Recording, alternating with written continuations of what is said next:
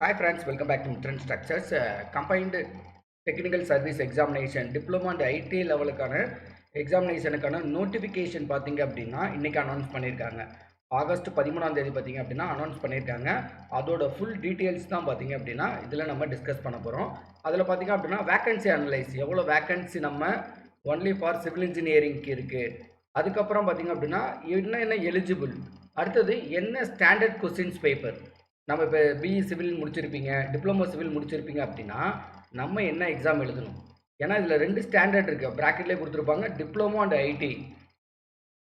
அதனால் பார்த்தீங்க அப்படின்னா நம்ம டிப்ளமோ லெவலுக்கு ஐடி லெவலுக்கான எக்ஸாம் நம்ம எழுத முடியுமா. நான் இன்ஜினியரிங் முடிச்சிருக்கேன், டிப்ளமோ முடிச்சிருக்கேன், BE civil diploma civil engineering முடிச்சிருக்கேன்னா ஐடி லெவலுக்கு நீங்கள் எழுத முடியுமா அப்படின்னு பார்த்தீங்கன்னா கண்டிப்பாக நீங்கள் எக்ஸாம் எழுத முடியாது.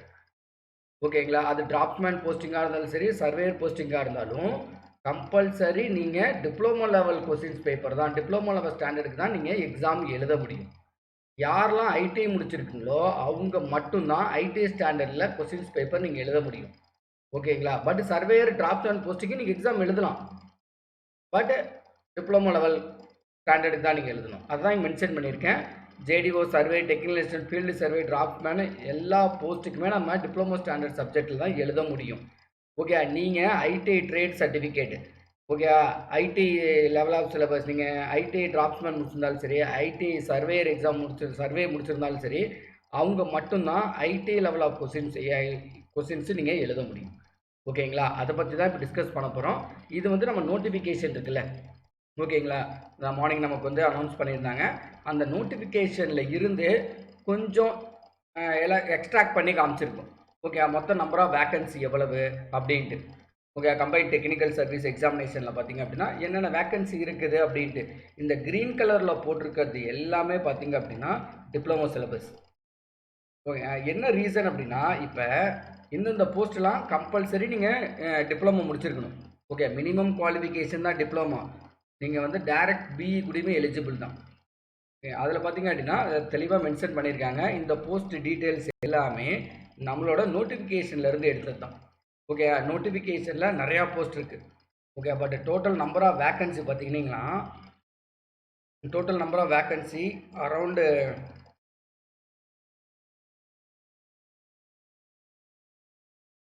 861.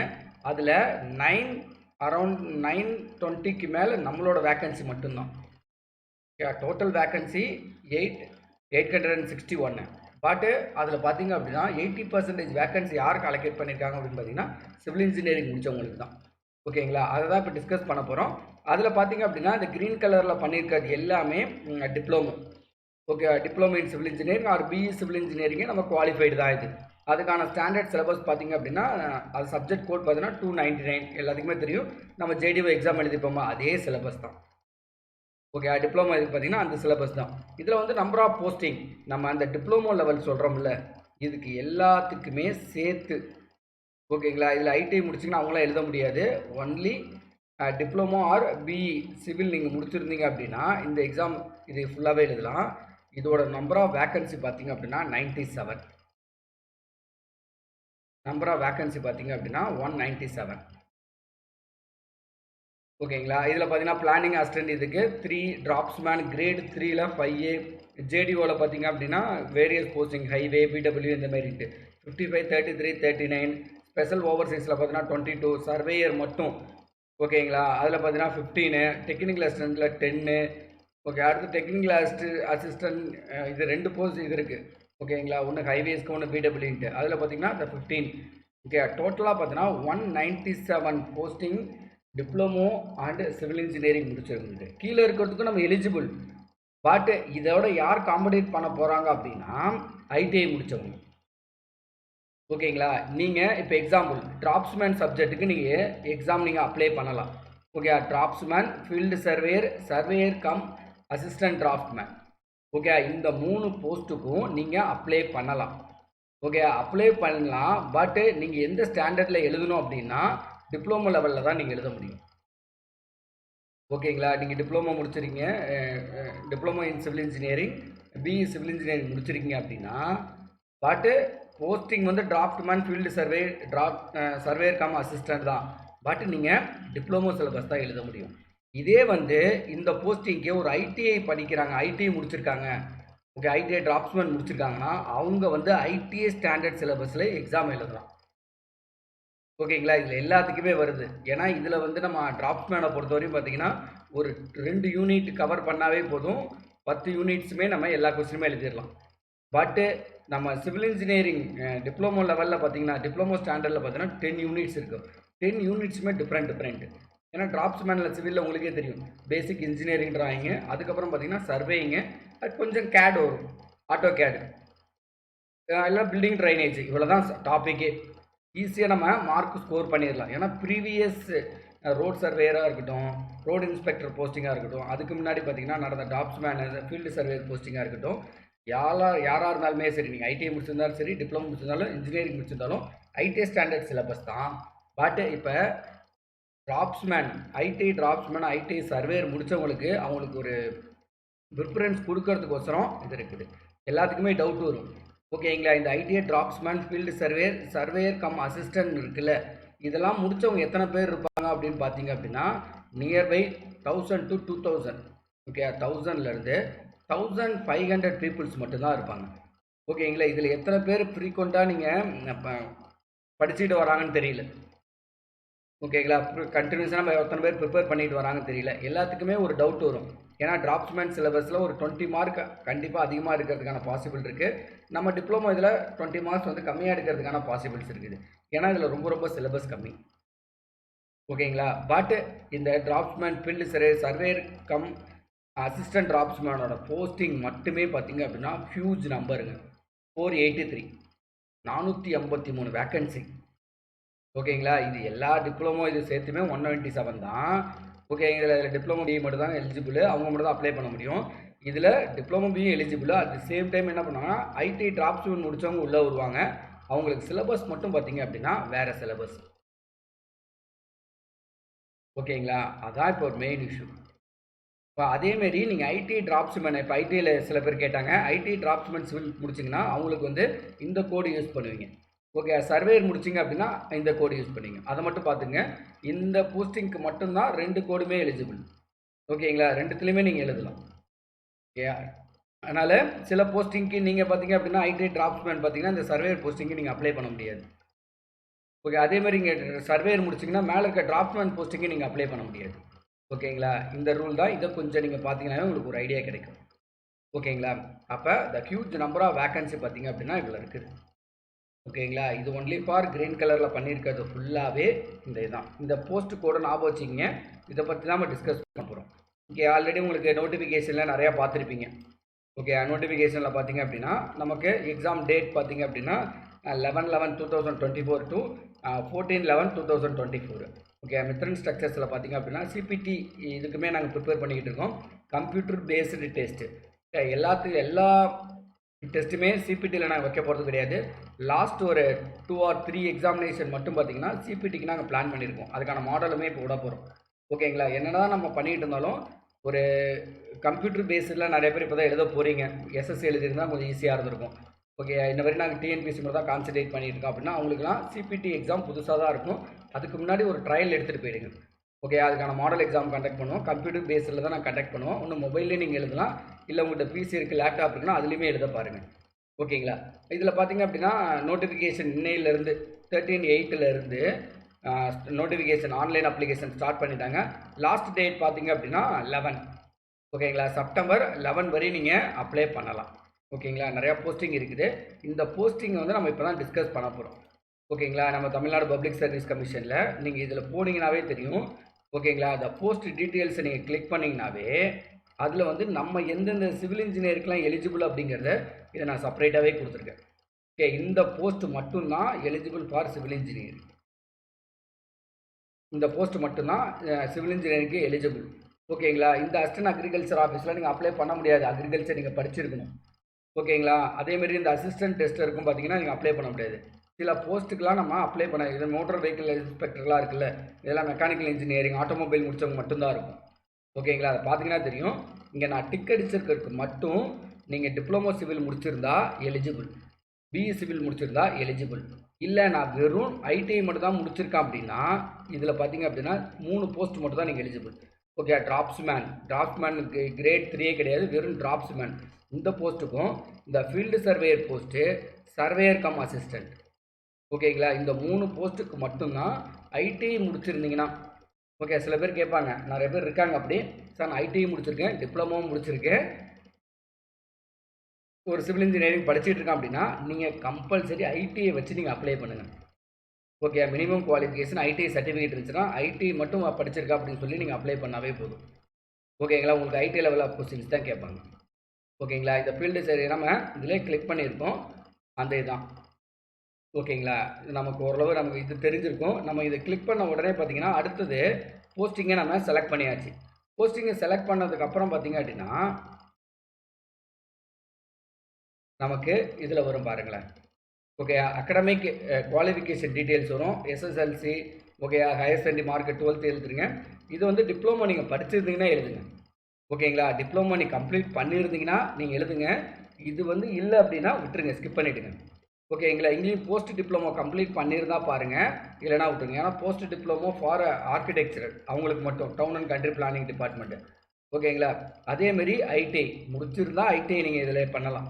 ஓகே, அதிலே போஸ்ட் நேம் வந்துடும். ஓகேங்களா, ஐடியில் பார்த்தீங்கன்னா சர்வே கம் அசிஸ்டன்ட் நீங்கள் அப்ளை பண்ணலாம். இது வந்து பார்த்தீங்கன்னா சர்வேயர் மட்டும் முடிச்சிருந்தா, இது டிராப்ஸ்மேன் மட்டும் முடிச்சிருந்தா. நெக்ஸ்ட் இந்த ஐடியில் இருந்தால் மட்டும் பண்ணுங்கள், இல்லைனா ஸ்கிப் பண்ணிவிடுங்க. அடுத்தது டிப்ளமோ. ஓகேங்களா, டிப்ளமோ முடிச்சிருந்தீங்க அப்படின்னா செலக்ட் பண்ணி டிப்ளமோ இன் சிவில் ஆர்கிடெக்சராக மட்டும் இது பண்ணிடுங்க. ஓகேங்களா, இதுலேயும் அதே தான், டிப்ளமோ முடிச்சிருந்தா. ஓகேங்களா, இந்த ப்ரிஸ்கிரிப்ட் டிப்ளமோ முடிச்சிருந்தா இதை மட்டும் ஸ்கிப் பண்ணுங்கள். அடுத்து யூஜி டிகிரி வருது. நிறைய பேர் நினச்சிக்க ஒரு டிப்ளமோ நம்ம படிக்கல அதனால அடுத்து கிடையாதுங்க, யூஜி டிகிரி போட்டிருக்கான் பாருங்கள். ஓகே, இந்த போஸ்ட்டுக்கு 2114, ஓகே, டிராப்ஸ்மேன் கிரேட் 3க்கு degree in civil engineering, okay, எனக்கு பி முடிச்சிருந்தா எலிஜிபிள். அதேமாரி இங்கே இருக்கிற போஸ்டிங்க்கு, ஓகே, ஜூனியர் ஜேடிஓ அதுலேயே ஒரு 3 கேட்டகரியில் இருக்குது. டெக்னிக்கல் அசிஸ்டண்ட்டு, டெக்னிக்கல்ஸில் 2 கேட்டகரி இருக்குது. அதுக்குமே BE civil engineering eligible, degree in civil engineering. ஓகேங்களா, அடுத்தது ஓகேங்களா, அடுத்தது இதுவும் ஜேடிஓ, இதுக்குமே நீங்கள் எலிஜிபிள். அடுத்தது பார்த்தீங்கன்னா ஸ்கிப் பண்ணாவே வரும், சர்வே கம் அசிஸ்டண்ட், இதுக்குமே பார்த்தீங்க அப்படின்னா நீங்கள் எலிஜிபிள் தான். டிராப்ஸ்மேனுக்குமே நீங்கள் எலிஜிபிள் தான். ஓகே, சர்வே போஸ்ட்டுக்கு. பட் என்னன்னா நம்ம டிப்ளமோ அண்டு பிஇ இருக்கிறதால நமக்கு வந்து டிப்ளமோ சிலபஸ், அவங்க வெறும் ஐடி மட்டும் தான் படிச்சிருக்காது, அவங்களுக்கு ஐடிஐ சிலபஸ் அவ்வளோதான். ஓகேங்களா, அதனால ரொம்ப கன்ஃபியூஸ் பண்ணிக்காதீங்க, அவங்க தெளிவாக வந்து நமக்கு சொல்லியிருக்காங்க. ஓகேங்களா, அதேமாதிரி ஒவ்வொரு போஸ்ட்டும் உங்களுக்கு என்னென்ன போஸ்ட் இருக்கோ அந்த போஸ்ட்டை மட்டும் இதை அப்ளை பண்ணிவிடுங்க. உங்களுக்கு பிஜி டிகிரி ஜென்ரல் யூஜி உங்களுக்கு வேணும்னா நீங்கள் அப்ளை பண்ணிக்கலாம். ஓகேங்களா, இதுவும் அப்ளை பண்ணி விடுங்க, எல்லா இதுக்குமே காமனாக தான் இருக்கும். பிஜி டிகிரி உங்களுக்கு இருந்துச்சுன்னா அப்ளை பண்ணுங்கள், இல்லைனா வேணாம். ஏன்னா இது எல்லாமே டிப்ளமோ குவாலிஃபிகேஷன் தான், பிஜி டிகிரி கேட்கல. இதேமாதிரி ஐபிஜி டிகிரியும் வேணும்னா அப்ளை பண்ணுங்கள், இல்லைனா விட்டுருங்க. ஓகேங்களா, இதுலேயும் பட் ஐபிடிஜிக்கில் டிகிரி இன் சிவில் இன்ஜினியர் தான் கேட்பாங்க, வேணும்னா அப்ளை பண்ணிடலாம், இது நோ நீட். ஓகே, இதுக்கப்புறம் பிஹெச்டி இந்த மாதிரிலாம் எம்பில் முடிச்சிருந்தா ஓகே, இதெல்லாம் கிளிக் பண்ணிவிட்டு சேவ் பண்ணிவிடுங்க. ஓகேங்களா, நம்ம என்ன அங்கே பண்ணியிருக்கோமோ அந்த போஸ்ட்டு தான் இங்கே விசிபிள் ஆகும். நல்லா ஞாபகம் வச்சுங்க, முன்னாடி என்னென்ன போஸ்ட்லாம் நம்ம கிளிக் பண்ணியிருக்கோமோ அந்த போஸ்ட் மட்டும்தான் இருக்கும். ஓகேங்களா, நீங்கள் மட்டும் ஆட்டோமொபைலை கிளிக் பண்ணிட்டீங்கன்னா இங்கே நமக்கு வந்துடும். பட் அதுக்கான சர்டிஃபிகேட் நீங்கள் அப்லோட் பண்ணுறப்போ பார்த்தீங்கன்னா நம்ம சிவில் இன்ஜினியரிங்க்கு இது வராது. ஓகேங்களா, அதனால் நம்ம என்ன போஸ்ட் அப்ளை பண்ணுறோமோ அதுதான் நமக்கு இங்கே வரும்.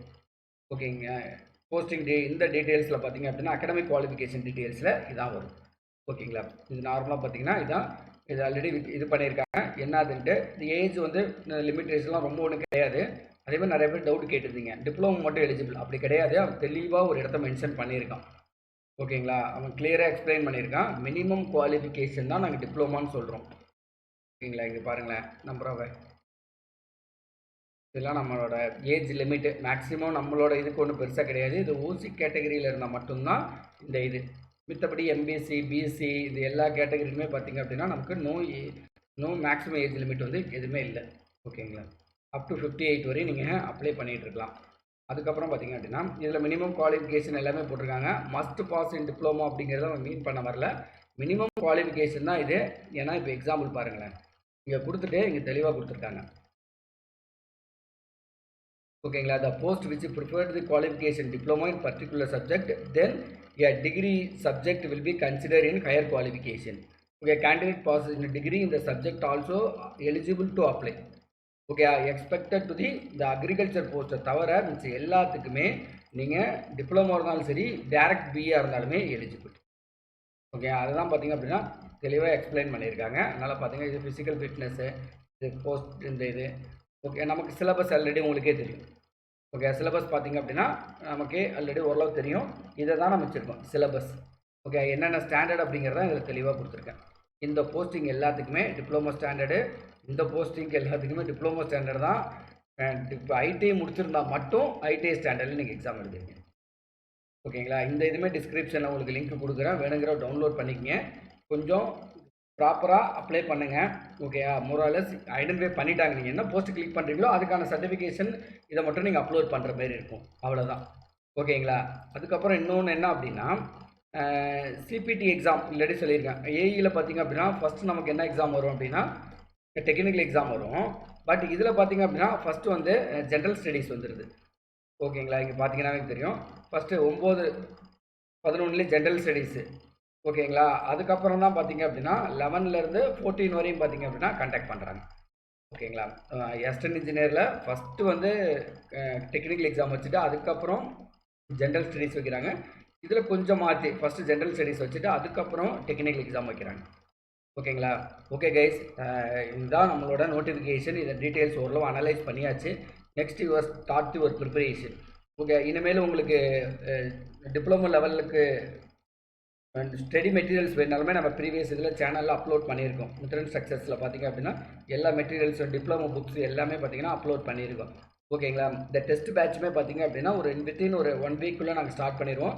ஜேடிஓக்கு தனியாக ஸ்டார்ட் பண்ணியிருக்கோம். அடுத்து பார்த்தீங்க அப்படின்னா ஐடிஐ முடித்தவங்களுக்கு மட்டும் ஓகே டிராப்ஸ்மேன் அண்ட் இந்த சர்வேயர் எடுத்துருக்கீங்க அப்படின்னா அதுக்கேற்ற மாதிரி பார்த்தீங்கன்னா டெஸ்ட் பேட்ச் இருக்கும். நாங்கள் மேக்ஸிமம் கான்சென்ட்ரேட் பண்ண போகிறது இது ஜேடிஓக்கு தான். ஓகே, நிறைய பேர் அசிஸ்டன்ட் இன்ஜினியர் ப்ரிப்பேர் பண்ணிகிட்டு இருப்பீங்க. வேறு வழி இல்லை, போஸ்டிங் இப்படி தான் வருது. ஒரு வேளை ஒரு 2 months கழிச்சு வச்சுருந்தா இதை மட்டும் நல்லா ப்ரிப்பேர் பண்ணிட்டு அடுத்து ஜேடிஓக்கு போயிருக்கலாம். பட் எல்லாத்துக்குமே டைமிங் பார்த்துருப்பீங்க, ஒரு 15 நாளைக்குள்ளே தான் எக்ஸாமே. ஓகேங்களா, இந்த ஒரு 3 months கொஞ்சம் ஹட்டில்ஸாக தான் இருக்கும். ஏன்னா ரொம்ப வந்து கண்டினியூஸாக எக்ஸாம் வருது. ஓகேங்களா, ஏஐ எக்ஸாம் வருது, அசிஸ்டன்ட் இன்ஜினியர், அடுத்து ஜேடிஓ நமக்கு இப்போ இந்த நோட்டிஃபிகேஷனான எக்ஸாம் வருது. அடுத்து பார்த்தீங்க அப்படின்னா ரயில்வே எக்ஸாம் ஒன்று வரப்போகுது. ஓகேங்களா, அடுத்து முனிசிபல் அட்மினிஸ்ட்ரேஷன் பிளான் பண்ணிட்டு இருக்காங்க 2500 வேகன்சி ஃபில் பண்ணுறதுக்கு. அது நோட்டிஃபிகேஷன் பார்த்தீங்கன்னா நெக்ஸ்ட் மந்தில் வரதுக்கான பாசிபிள்ஸ் அதிகம் அப்படிங்கிறாங்க. அது ஜனவரியில் எக்ஸாம் கண்டக்ட் பண்ணுறதுக்கான பாசிபிள் அதிகம். ஓகேங்களா, அந்த ஒரு ரீசனுக்காக தான் கண்டினியூஸாக இந்த சேனலில் இன்னும் அப்டேட் பண்ணிக்கிட்டு இருக்கோம். இந்த materials previous questions paper test batch எல்லாம் வேணுங்கிறவங்க யூட்டிலைஸ் பண்ணிக்கணும். ஓகேங்களா, தேங்க்யூ கைஸ்.